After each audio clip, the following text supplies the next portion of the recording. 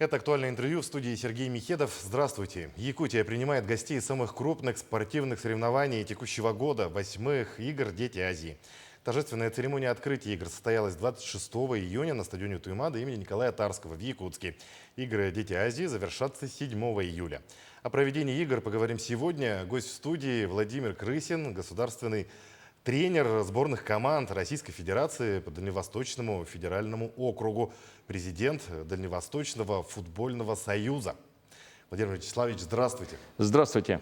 Вот на 8-х играх «Дети Азии» одним из самых популярных и зрелищных видов спорта является, конечно же, футбол. Вот как разворачиваются баталии, какие команды лидируют. И я скажу, что 8-е игры принимает город Якутск. Наконец-то после 8-летнего перерыва игры вернулись на историческую родину. И начну, конечно, со слов благодарности главе Республики Саха-Якутия Александру Сергеевичу Николаеву. Его команда, он и его команда организовали прекрасные игры. Все спортивные объекты прошли капитальный ремонт, приобрели новую окраску, оснащены по последнему слову техники. И это вносит свои приятные ощущения для спортсменов и участников. Соревнования по футболу, в этот раз по футзалу, собрали 7 команд. 7 команд. Турнир проходил по интересной схеме. Они вначале сыграли каждый с каждым и выявили 4 лучшие команды. Сейчас проходит матч, сегодня, 3 июля, проходят матчи за 3-е место, в которых встречаются сборная Узбекистана и сборная Дальневосточного федерального округа. И в 16:30 будет матч между сборной Уральского федерального округа и сборной Якутии. Я думаю, что это несомненный успех дальневосточного футбола. Наши команды представлены как в малом финале, в матче за 3-е место, так и в финале в игре за победу в столь престижных международных соревнованиях. Я надеюсь, что все зрители увидят яркую, бескомпромиссную игру всех команд, и пусть победит сильнейший. Действительно, пусть победит сильнейший. Ну, это можно назвать действительно успехом, когда в финале играет сборная Якутии, за 3-е место играет команда Дальнего Востока. Вообще, как вы оцениваете, уровень игры якутских футболистов, ну и дальневосточников в целом? Я скажу, что турнир получился очень равный. До последнего тура никто не знал, а кто же попадет в финальные матчи, особенно в матче за 3-е место.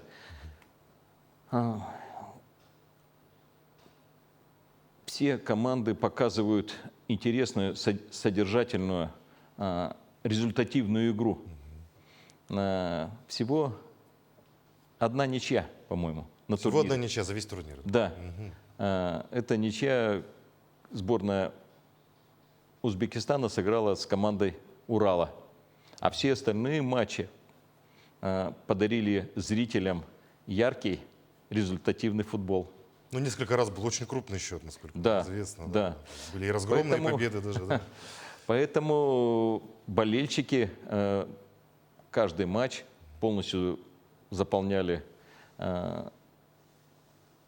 дворец спорта 50-летия Победы. И я скажу, что спрашивали лишний билетик. Это тоже говорит о том, что футбол, как всегда, популярен, футбол любят, на футбол ходят болельщики. Ну, спорт номер один, о чем еще здесь говорить, да. Ну, вот на протяжении многих лет, вы занимаетесь развитием футбола и на Дальнем Востоке, являетесь гостренером сборных команд России по Дальневосточному федеральному округу. Вот какие перемены, на ваш взгляд, произошли за последние годы в развитии этого спорта в макрорегионе? Я скажу, что Российский футбольный союз, президент Российского футбольного союза Александр Валерьевич Дюков в 2021 году выступил с инициативой по организации Дальневосточной юношеской футбольной лиги. В этих соревнованиях принимают участие 10 команд из 6 регионов Дальнего Востока. Российский футбольный союз несет основное бремя расходов. Командам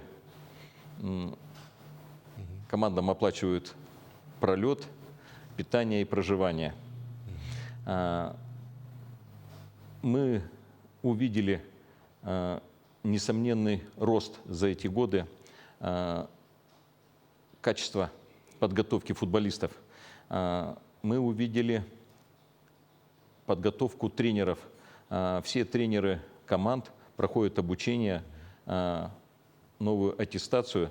Это дает возможность использовать в тренировочном процессе новые методики, более качественно подходить к системе подготовки футболистов высокого уровня. Я скажу, что за эти годы Российский футбольный союз помог улучшить и материальную базу команд-участниц в Находке, во Владивостоке, в Хабаровске, в Благовещенске, в Якутске. Постелены новые поля с искусственным покрытием. Каждая команда получила соответствующий, сопутствующий инвентарь. Это скамейки запасных, ворота, которые отвечают всем нормам стандартов и современных требований. Я думаю, что, несомненно, это сказывается на качестве подготовки наших футболистов, наших детей. За эти годы, за последние годы, большой интерес вызывает футбол. В футбольные секции приходят больше юных футболистов, детей. Они все видят себя в ЮФЛ, хотят стать чемпионами. Кстати, в этом году, 10 мая, очередной сезон Дальневосточной юношеской футбольной лиги стартовал в Якутске. Большое количество зрителей,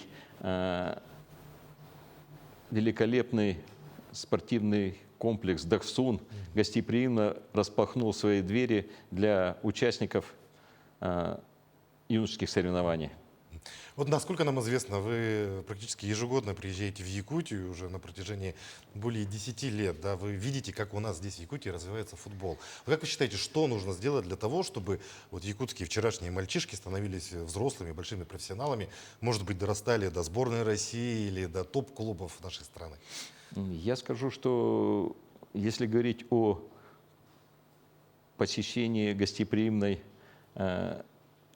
Якутии, то мой первый визит в Якутск состоялся в 2004 году. Я приехал на 3-е игры «Дети Азии». И с того момента ежегодно я посещаю ваш гостеприимный край. Мне есть с чем сравнить. За эти годы материальная база в республике по развитию футбола очень сильно выросла. Во многих городах, я не буду перечислять, но там Ленск, Намцы, Вилюйск, построены стадионы. Стадионы с искусственным покрытием великолепные. Это дает возможность привлечения большего числа молодежи к развитию футбола, спорта, здорового образа жизни.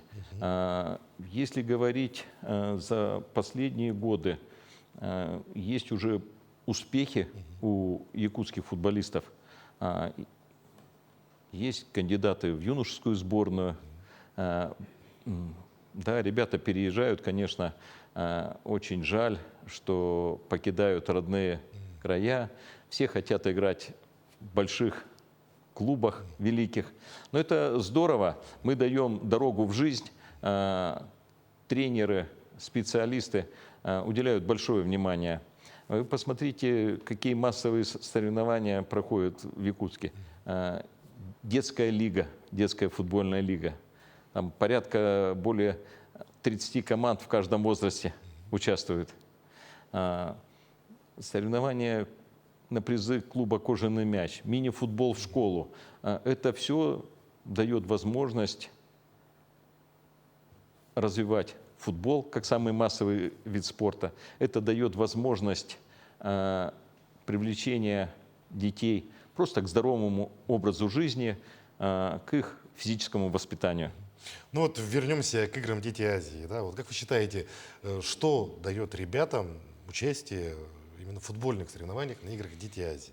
Может, какие-то перспективы открываются в будущем? Я скажу, что первое – это эти соревнования дают международный опыт. Соревнуясь с командами из других стран, все-таки давайте говорить откровенно, сборная Узбекистана, сборная Кыргызстана – это лучшие футболисты сборной Палестины, это лучшие футболисты своих стран. Наши команды выступают все-таки сборные, представляют сборные региона. Соперничество, целеустремленность, определенные задачи – это огромный опыт. Я скажу, что это опыт как для футболистов, так и для тренеров, так и для футбольных функционеров, которые видят, как надо проводить соревнования, организовывать их, какие требования сейчас международные. Это большая площадка, которая позволяет расти нам всем в плане организаторов и Ну, у нас остается буквально 1 минутка остается Да. у нас, да, вот в конце нашего разговора. Что бы вы пожелали ребятам, их родителям, да, которые хотят заниматься футболом, этим видом спорта? Вот что бы вы Я им бы сказали? вообще пожелал жителям Якутии процветания, а молодым людям идти в спорт, заниматься спортом, заниматься футболом, другими видами спорта, здоровья, счастья и удачи. Большое спасибо, Владимир Вячеславович, что нашли время и пришли к нам, ответили на наши вопросы. Действительно, футбол у нас потихонечку развивается. Мы, конечно же, очень хотим, чтобы у нас вырастали наши собственные большие профессионалы и, конечно же, попадали в топ-клубы, а может быть, даже в сборную России. Почему бы и нет? Большое спасибо. Будем рады видеть вас у нас в студии. Спасибо. А я напомню, вы смотрели актуальное интервью. Оставайтесь на нашем канале.